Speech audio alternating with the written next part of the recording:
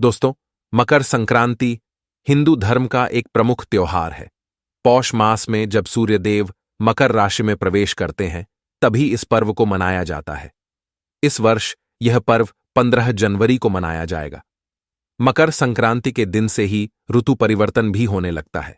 इस दिन स्नान और दान का विशेष महत्व होता है। मकर संक्रांति के दिन तिल तथा गुड़ का दान करने का सबसे अधिक महत्व होता है। मान्यताओं के अनुसार मकर संक्रांति के दिन भगवान सूर्यदेव अपने पुत्र शनि से मिलने के लिए आते हैं। उदय तिथि के अनुसार इस वर्ष मकर संक्रांति 15 जनवरी को मनाई जाएगी। इस दिन सूर्य रात 2:54 पर मकर राशि में प्रवेश करेंगे। मकर संक्रांति से जुड़ी एक प्राचीन कथा का उल्लेख पुराणों में मिलता है। कथा के अनुसार मकर संक्रांति के दिन गाय की सेवा करने का बहुत अधिक महत्व होता है। इस दिन गाय को कुछ चीजें जरूर खिलानी चाहिए, जिससे सूर्यदेव की विशेष कृपा प्राप्त होती है। इस दिन अन्य कुछ महत्वपूर्ण उपाय भी अवश्य करने चाहिए। तो चलिए, सबसे पहले हम जानते हैं मकर संक्रांति के दिन गाय को कौन सी चीजें खिलानी चाहिए। दोस्तों, एक बार द्वारका में भगवान श्री कृष्ण से मिलने के लिए उनके एक सखा आते हैं, जो दूर मध्य देश में निवास करते थे। श्री कृष्ण के मित्र अत्यंत दुखी और दरिद्री थे, इसीलिए वे भगवान श्री कृष्ण के पास गरीबी को दूर करने के लिए उपाय मांगने आते हैं। श्री कृष्ण के मित्र उनसे कहते हैं, हे केशव, मैं अत्यंत दुखी और दरिद्री हूं। कितने ही परिश्रम करने पर भी मुझे अपने परिवार को पालने जितने भी धन की प्राप्ति नहीं हो पाती है।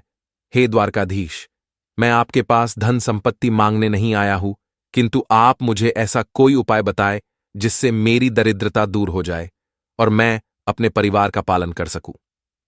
मैं किसी लोभ के कारण आपके पास नहीं आया हूं और ना ही मुझे धन चाहिए। मैं तो बस इतना चाहता हूं कि आपकी कृपा सदैव मुझ पर बनी रहे। कृपया मुझे मेरी गरीबी दूर करने के लिए कोई उपाय बताओ। मैं जीवन भर आपका ऋणी रहूंगा। मित्र द्वारा इस प्रकार से प्रार्थना करने पर भगवान श्री कृष्ण कहते हैं, हे सखा, मैं सब कुछ जानता हूं, तुम्हारे दुख के बारे में भी और तुम्हारी दरिद्रता का कारण भी, और मैं यह भी जानता हूं कि तुम मेरे पास धन मांगने नहीं आए हो और मेरे द्वारा तुम्हें धन देने पर भी तुम उसे स्वीकार नहीं करोगे। इसीलिए मैं तुम्हारे स्वाभिमान का मान रखते हुए तुम्हें धन तो नहीं दूंगा, किंतु मैं तुम्हें एक उपाय अवश्य बताता हूं जिससे तुम अपनी गरीबी दूर कर सकोगे। तुम्हारी दरिद्रता का नाश होगा और तुम्हें अपार धन संपत्ति की प्राप्ति होगी। हे मित्र, इस अत्यंत महत्वपूर्ण धन प्राप्ति के उपाय को बताने से पूर्व मैं तुम्हें एक महान कथा सुनाता हूं, जिससे सुनने मात्र से ही तुम्हारी सभी मनोकामनाएं पूर्ण हो जाएंगी। और जो उपाय मैं तुम्हें बताने जा रहा हूं, उस उपाय को करके तुम्हारी दरिद्रता भी दूर हो जाएगी। इसीलिए इस कथा को तुम ध्यान से सुनो। इस कथा में मैं तुम्हें संपूर्ण मनोकामनाओं को पूर्ण करने वाली कामधेनु माता की कृपा प्राप्त करने का उपाय बताऊंगा। तुम्हें नित्य केवल एक चीज गौ माता को खिलानी है। ऐसा करने से तुम्हारी दरिद्रता समाप्त हो जाएगी। हे सखा, प्राचीन काल की बात है।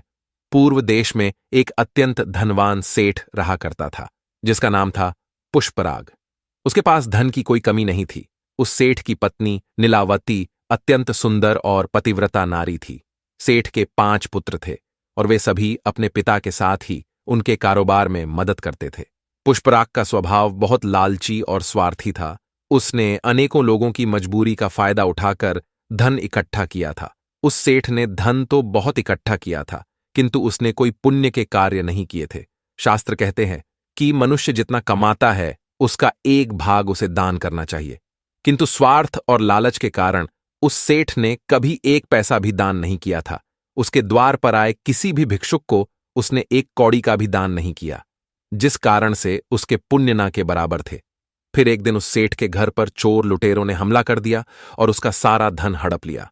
एकदम से लक्ष्मी को खो देने के कारण वह सेठ बहुत निराश हुआ और सदैव चिंता में रहने लगा। चिंता करने के कारण उसके शरीर में नाना प्रकार के रोग प्रकट हुए और वह बीमार होकर घर पर ही पड़ा रहा।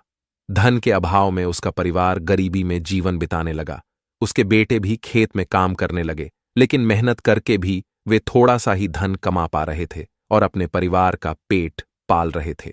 बहुत दिन बीत गए। उस सेठ की तबीयत दिन ब दिन खराब होती जा रही थी और उसे मृत्यु का भय सताने लगा। उसकी पत्नी उसकी बहुत सेवा किया करती थी, किंतु कोई भी उपाय करके भी सेठ की तबीयत ठीक नहीं हो रही थी। फिर एक दिन उस सेठ के द्वार पर यमराज साधु का भेष धारण करके पधारे और उन्होंने सेठ की पत्नी से कुछ अन्नदान करने को कहा। सेठ की पत्नी का स्वभाव दयालु था, इसीलिए उसने उस साधु महात्मा को घर के अंदर बुलाया और अपने रसोई में जो कुछ भी पड़ा था वह सारा उस साधु को भोजन में खिला दिया।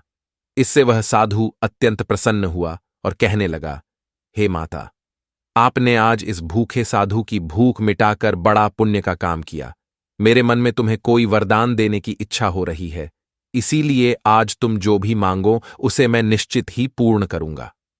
साधु के यह वचन सुनकर उस सेठ की पत्नी ने कहा, हे महात्मा, आपको कोटि कोटि प्रणाम है। हे साधु, कुछ समय पहले हम बहुत ही धनवान थे, किंतु चोर लुटेरों ने हमारा सब कुछ छीन लिया, जिस कारण से हमें दरिद्रता में जीवन बिताना पड़ रहा है। मेरे पति की भी तबीयत खराब हो गई और वे भी मृत्युशैया पर लेटे हुए हैं। कृपया आप कुछ ऐसा उपाय बताए हैं जिससे हमारे दुख दूर हो जाए। उस सेठ की पत्नी की बात सुनकर वह साधु महात्मा बोले, हे माता, तुम्हारी यह दुर्दशा तुम्हारे पति के कुकर्मों के कारण हुई है। उसने अपने जीवन में कभी दान धर्म नहीं किया, कभी कोई पुण्य का काम नहीं किया। उसने दूसरों को दुख देकर ही इतना सारा धन प्राप्त किया है, इसीलिए दुर्भाग्य उसका पीछा नहीं छोड़ रहा है। किंतु यदि तुम इस दुर्भाग्य से पीछा छुड़ाना चाहती हो तो मैं तुम्हें एक उपाय अवश्य बताऊंगा। तुम अभी सभी मनोकामनाओं को पूर्ण करने वाली कामधेनु माता की शरण में जाओ, वे निश्चित ही तुम्हारे दुख दूर करेंगी। तुम एक गाय अपने घर पर लाकर उसकी सेवा करो और नित्य उसे एक चीज खिलाओ जो मैं तुम्हें बताऊंगा, जिससे तुम्हारी दरिद्रता दूर हो जाएगी। इस प्रकार से वह साधु उस सेठ की पत्नी को उपाय बताते हैं और उसी स्थान पर अंतर्ध्यान हो जाते हैं। फिर इस चमत्कार को देखकर वह सेठ की पत्नी आश्चर्य में पड़ जाती है और उस साधु द्वारा बताए गए उपाय को करने का निश्चय करती है। उसके पास उतना धन तो नहीं होता है कि वह गाय को खरीदे, इसीलिए वह गांव के पास स्थित गौशाला में जाकर वह उपाय करती है। वह रोज सुबह चुपके से घर से निकलकर गौशाला जाने लगी और साधु द्वारा बताई हुई वह चीज उस गाय को खिलाने लगी। फिर एक दिन अचानक उसे यह समाचार मिला कि राजा के सिपाहियों ने उन चोर लुटेरों को पकड़ लिए है जिन्होंने उस सेठ का धन चोरी किया हुआ था। इस प्रकार से गौ माता के आशीर्वाद से उस सेठ को उसका सारा धन प्राप्त हुआ। फिर वह सेठ भी अपनी पत्नी के साथ रोज गौशाला में जाने लगा और गाय की सेवा करने लगा। रोज गाय के पीठ पर जो कूबड़ होता है उसे स्पर्श करने लगा, जिससे उसके सभी रोग भी नष्ट हो गए और वह फिर से स्वस्थ हो गए। इस प्रकार से गाय की सेवा करने मात्र से ही उस सेठ को सारी संपत्ति वापस मिल गई। उसके बाद वह सेठ रोज दान धर्म करता।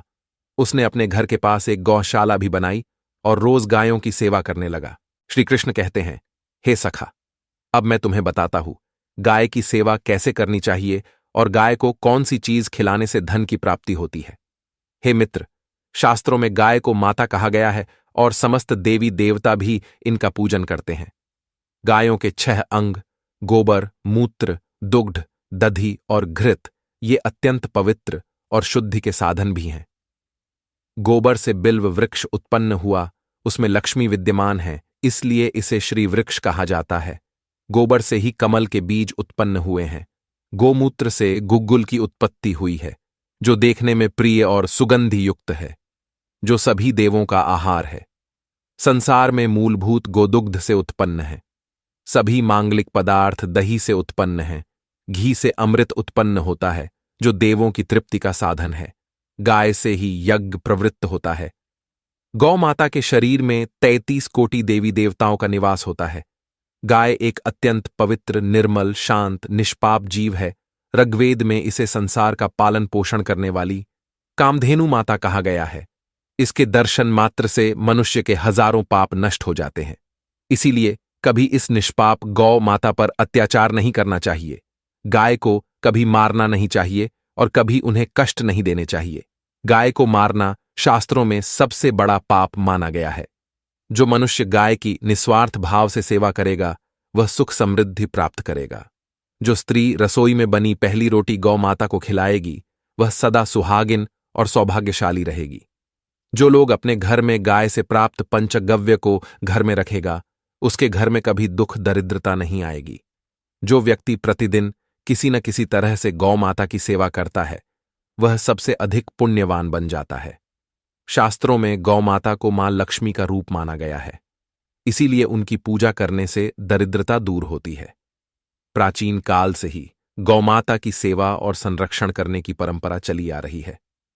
कई आर्षि मुनि अपनी कुटिया में गायों का पालन करते थे तथा राजा महाराज गायों का दान करते थे।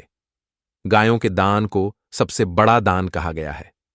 गाय का दान करने से सभी जन्मों के पाप नष्ट हो जाते हैं और मनुष्य को मोक्ष की प्राप्ति होती है। गौ माता के दर्शन करना बहुत शुभ होता है। शास्त्र कहते हैं, रोज सुबह गाय के दर्शन होने से पुण्य की प्राप्ति होती है और सुबह गोबर के दर्शन होने से लक्ष्मी की प्राप्ति होती है। अगर किसी महत्वपूर्ण कार्य के लिए जा रहे हैं और अचानक ही गौ माता आपके रास्ते में आ जाती है, तो वह कार्य निश्चित ही सफल हो जाता है।